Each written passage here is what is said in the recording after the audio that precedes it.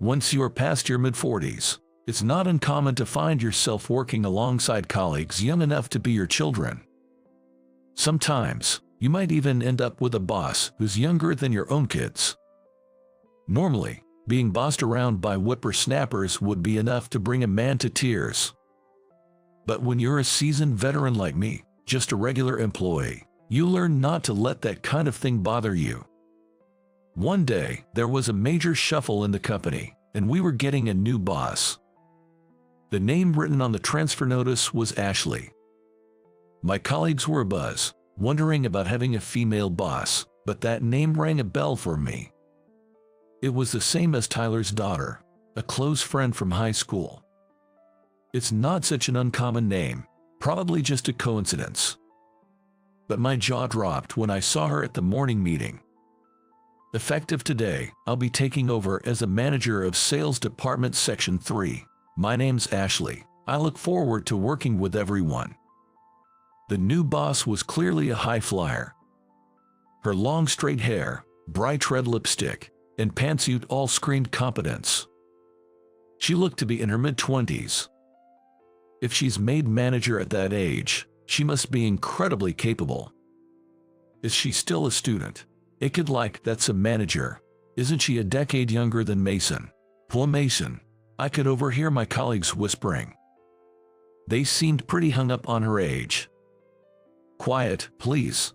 Without a care for the unsettled mood, she clapped her hands, silencing everyone instantly. As you can see, I am young, much younger than all of you, and it's natural to feel uneasy, but I earned this position on my merits. In terms of job skills and position, I am above all of you. Instead of wasting time on trivial things like age or gender, focus on achieving results. Outperform me fair and square. Her statement froze the room. She was right, but it was a hard pill to swallow for us older guys. Not just the regular employees, but even the section chief, Mason, was grimacing. Ashley, after the meeting, I approached her. Do you remember me? I'm Ryan. I had a hunch when I saw the transfer notice, but seeing her face confirmed that she was Tyler's daughter. She frowned and glared at me. Your dad's Tyler, right? We were best friends in high school.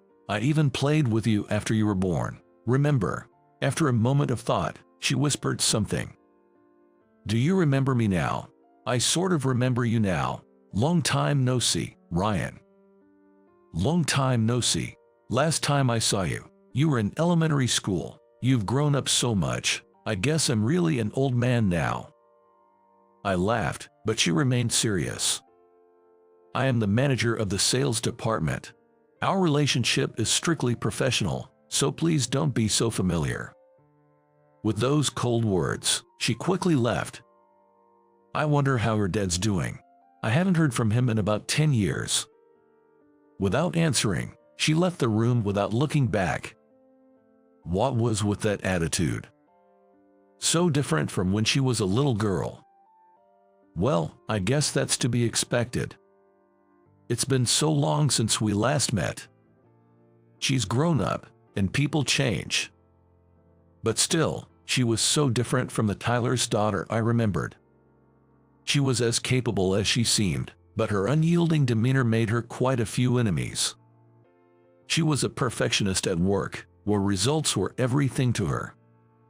She didn't hesitate to speak up against anyone, always delivering hard truths. If there was even a slight fault in someone else, she wouldn't let it go until they admitted their mistake, never backing down herself. Because of this attitude, her reputation among the colleagues was pretty bad. No matter how good she is at her job, that attitude is just not okay. With that strong personality, she'll never find a partner. She'd be pretty if she just kept quiet. I've often seen colleagues whispering such things behind her back. Oh, brother. Instead of secretly complaining, they should work harder and try to outperform Ashley. Envy means they want to advance, right? As for me, I don't really care if a younger person becomes my boss. In fact, I think it's good for the future of the company to have young, talented people moving up, especially if it's someone I know. I'd rather support them than hold them back.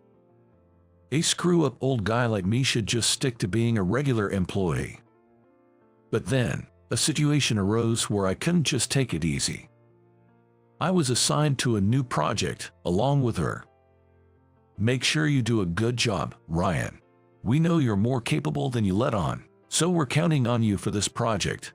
Mason and the other colleagues said encouraging things, patting me on the back. These guys, they just didn't want to work with her and dumped it on me, didn't they?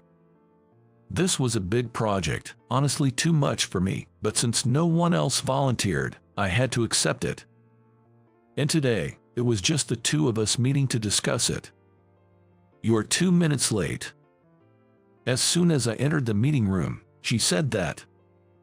"I just stopped by the restroom. My apologies.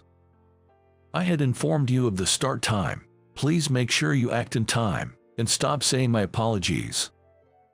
"I'm sorry. I'll be more punctual next time." She let out an obvious sigh. "Ryan, I just don't see any motivation in you. Why did Mason recommend you for this project?" Maybe because I looked free. I couldn't tell her that I was probably pushed into this by Mason and the others, so I brushed it off, and she frowned as usual. "How old are you again?" "Next year I'll be the same age as your father, 50. And you're not embarrassed to still be a regular employee." "Why should I be embarrassed? Capable people get promoted, and those who aren't stay regular employees. I'm just content with the system." "Don't you want to advance?" "I'm fine where I am right now." "That's just sad." She said that, wrinkling her face in disappointment. "Do you have any kids?" "I'm a proud bachelor." "I see. Maybe that's for the best. If I had a father like you, I'd probably despise him." Her unapologetic way of speaking made me laugh. But honestly, I think the same. I wouldn't want a dad who lacks motivation at work. Marriage itself just doesn't seem right for me.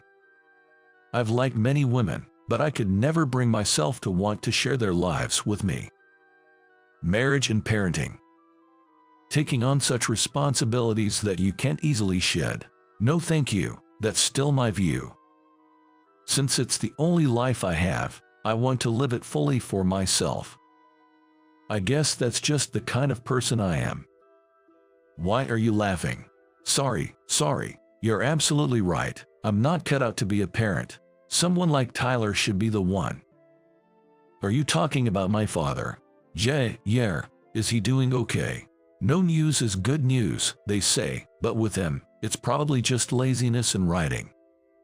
As I said this and looked at her, she still had that stern look on her face.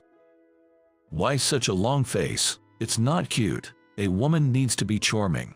Charm is not required in business, and please stop using such outdated phrases. Outdated. They sound old-fashioned. Knowing I'm an older man is one thing, but being told directly stings a bit.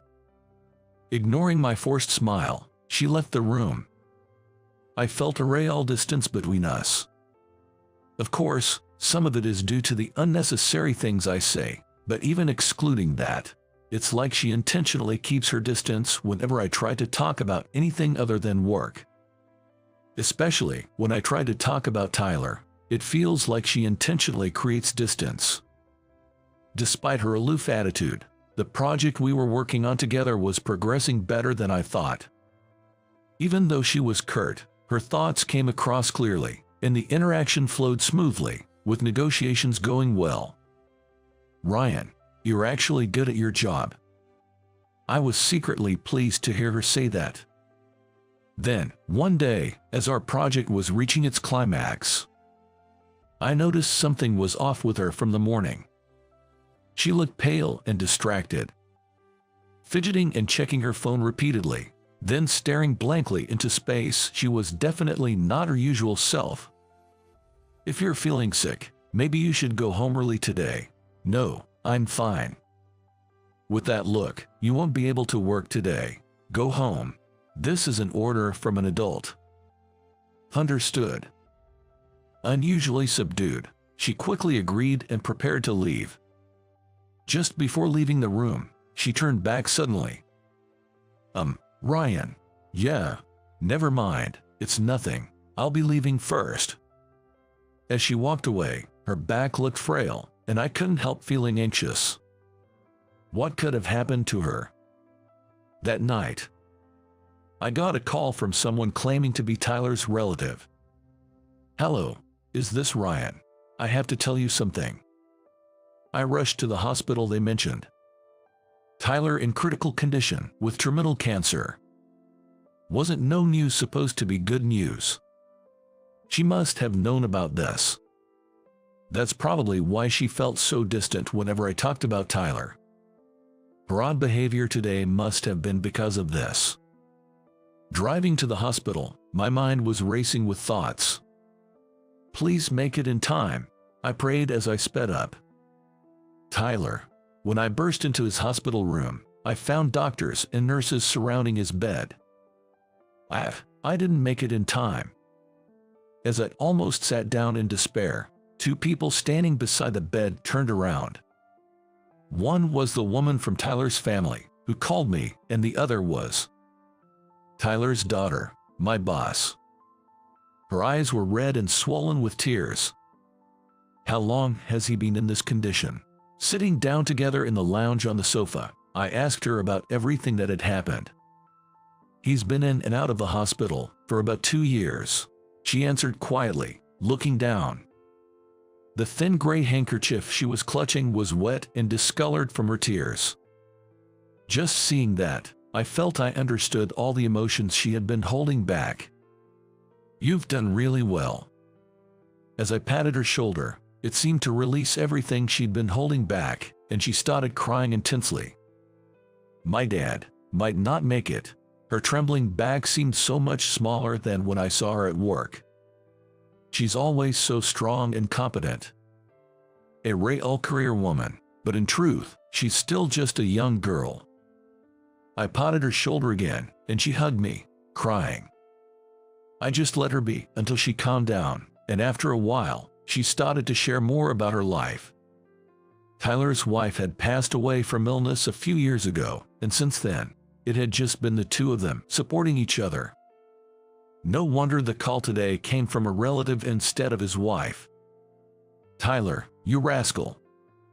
Why didn't you tell me something this important?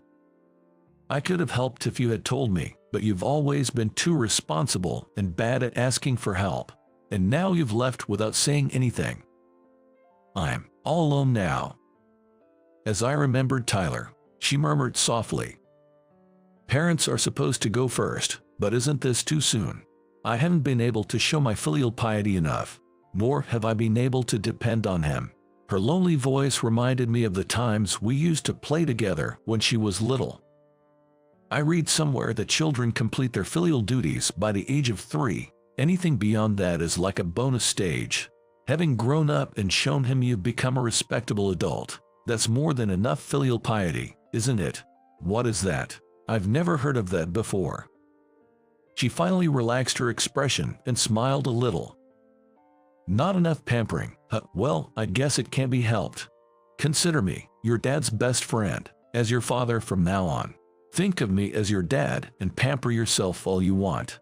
I exaggeratedly spread my arms and said, come on. She looked stunned at first, but then burst out laughing. I thought you said you weren't cut out to be a parent. I'll start practicing now. It doesn't seem likely.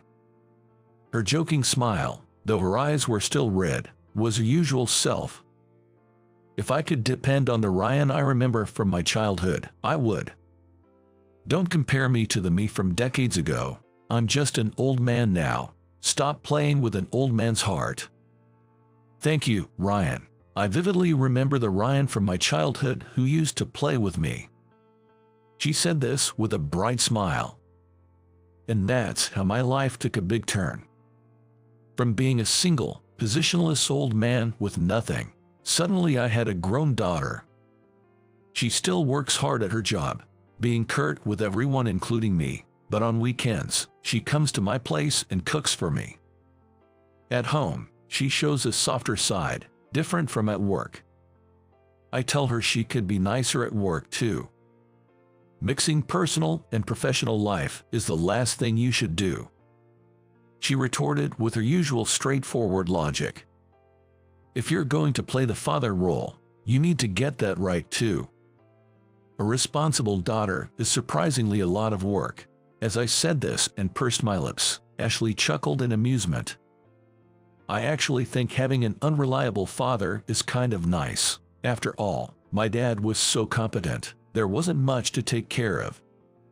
Really? Should I become more sloppy then? That's not what I mean. Ashley was humming a tune while arranging the food.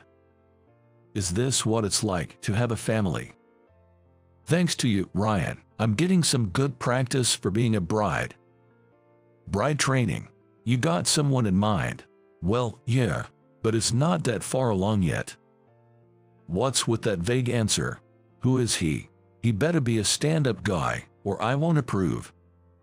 At least he's more accomplished than the perennially regular employee, Ryan. Ouch. That reaction is so old man-like. Who would have thought I'd come to understand the feelings of a father with a daughter? But it's not a bad feeling at all. Tyler. Rest easy over there with your wife. I'll take good care of your precious daughter in your stead.